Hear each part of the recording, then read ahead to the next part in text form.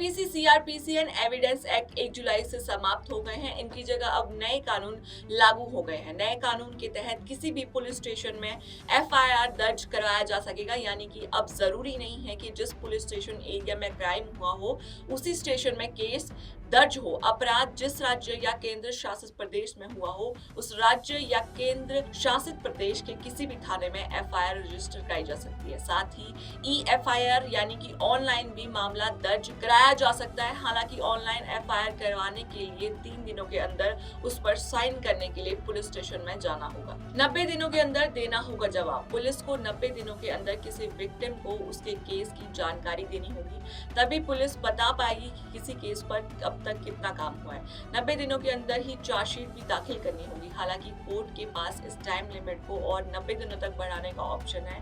नए कानून के तहत किसी केस की जांच 180 दिनों के अंदर पूरी होनी चाहिए।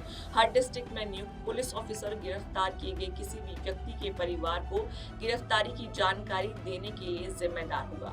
छोटे मोटे अपराधों के आरोपी या जो लोग कमजोर हैं या 60 वर्ष से ज्यादा एज है, उन्हें बिना अधिकारियों के अनुमति के गिरफ्तार नहीं किया जा सकेगा। 3 साल से कम की सजा वाले अपराधों के लिए किसी गिरफ्तारी से पहले डीएसपी से नीचे के रैंक के अधिकारी की अनुमति लेनी होगी। जज को 30 दिनों में देना होगा फैसला। पुलिस की चार्जशीट के बाद आरोप तय करने का मुकदमा शुरू करने के लिए अदालत के पास 60 दिनों का समय होता है। जज को 30 दिनों के अंदर फैसला सुनाना होगा और इसके 7 दिन बाद फैसले की कॉपी को ऑनलाइन अपलोड भी करना होगा। तलाशी के वक्त वीडियो रिकॉर्डिंग जरूरी। पुलिस को किसी भी तलाशी के वक्त वीडियो रिकॉर्डिंग करना होगा। किसी गुनाह को कबूल करवाने के लिए पुलिस किसी आरोपी को यातना नहीं दे सकती। हालांकि इसमें कई शर्तें भी हैं। पहली बार अपराध करने वाले व्यक्ति अपनी सजा का 1/3 हिस्सा पूरा करने के बाद जमानत के पात्र होंगे। मुकदमा पेंडिंग हो फिर भी जेल अधीक्षक या सुनिश्चित करेंगे कि ऐसे कैदियों की रिहाई के लिए अदालत में आवेदन किया जाए। महिलाओं के लिए बदलाव। यौन उत्पीड़न के मामले में पीड़िता का बयान अब उनके घर में एक महिला मजिस्ट्रेट द्वारा एक महिला पुलिस अधिकारी की मौजूदगी में दर्ज किया जाएगा। उनके माता पिता या फिर परिवार के सदस्य उनके साथ मौजूद रहेंगे।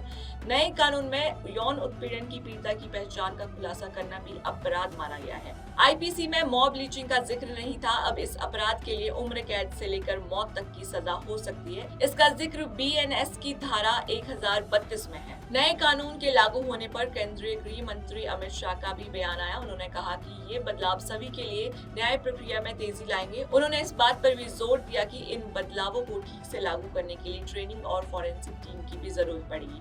आप इन बदलावों पर क्या सोचते हैं, हमें कमेंट बॉक्स में जरूर बताइएगा। IPC, CrPC and evidence act 1 जुलाई से समाप्त हो गए हैं। इनकी जगह अब नए कानून लागू हो गए हैं। नए कानून के तहत किसी भी पुलिस स्टेशन में एफआईआर दर्ज करवाया जा सकेगा, यानी कि अब जरूरी नहीं है कि जिस पुलिस स्टेशन एरिया में क्राइम हुआ हो उसी स्टेशन में केस दर्ज हो। अपराध जिस राज्य या केंद्र शासित प्रदेश में हुआ हो उस राज्य या केंद्र शासित प्रदेश के किसी भी थाने में एफआईआर रजिस्टर कराई जा सकती है। साथ ही ई-एफआईआर यानी कि ऑनलाइन भी मामला दर्ज कराया जा सकता है। हालांकि ऑनलाइन एफआईआर करवाने के लिए 3 दिनों के अंदर उस पर साइन करने के लिए पुलिस स्टेशन में जाना होगा। 90 दिनों के अंदर देना होगा जवाब। पुलिस को 90 दिनों के अंदर किसी विक्टिम को उसके केस की जानकारी देनी होगी, तभी पुलिस बता पाएगी कि किसी केस पर अब तक कितना काम हुआ है।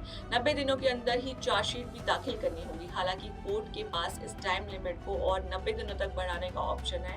नए कानून के तहत किसी केस की जांच 180 दिनों के अंदर पूरी होनी चाहिए।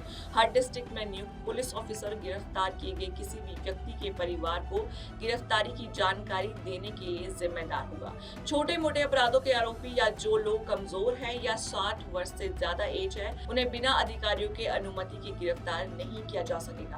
3 साल से कम की सजा वाले अपराधों के लिए किसी गिरफ्तारी से पहले डीएसपी से नीचे के रैंक के अधिकारी की अनुमति लेनी होगी। जज को 30 दिनों में देना होगा फैसला। पुलिस की चार्जशीट के बाद आरोप तय करने का मुकदमा शुरू करने के लिए अदालत के पास 60 दिनों का समय होता है। जज को 30 दिनों के अंदर फैसला सुनाना होगा और इसके 7 दिन बाद फैसले की कॉपी को ऑनलाइन अपलोड भी करना होगा। तलाशी के वक्त वीडियो रिकॉर्डिंग जरूरी। पुलिस को किसी भी तलाशी के वक्त वीडियो रिकॉर्डिंग करना होगा।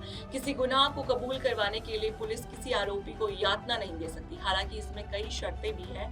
पहली बार अपराध करने वाले व्यक्ति अपनी सजा का 1/3 हिस्सा पूरा करने के बाद जमानत के पात्र होंगे। मुकदमा पेंडिंग हो फिर भी जेल अधीक्षक या सुनिश्चित करेंगे कि ऐसे कैदियों की रिहाई के लिए अदालत में आवेदन किया जाए। महिलाओं के लिए बदलाव, यौन उत्पीड़न के मामले में पीड़िता का बयान अब उनके घर में एक महिला मजिस्ट्रेट द्वारा एक महिला पुलिस अधिकारी की मौजूदगी में दर्ज किया जाएगा। उनके माता पिता या फिर परिवार के सदस्य उनके साथ मौजूद रहेंगे।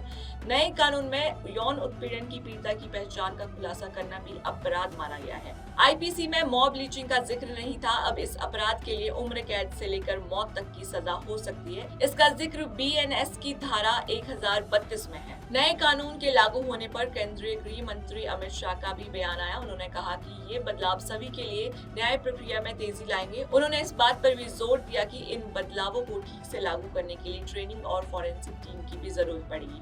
आप इन बदलावों पर क्या सोचते हैं, हमें कमेंट बॉक्स में जरूर बताइएगा।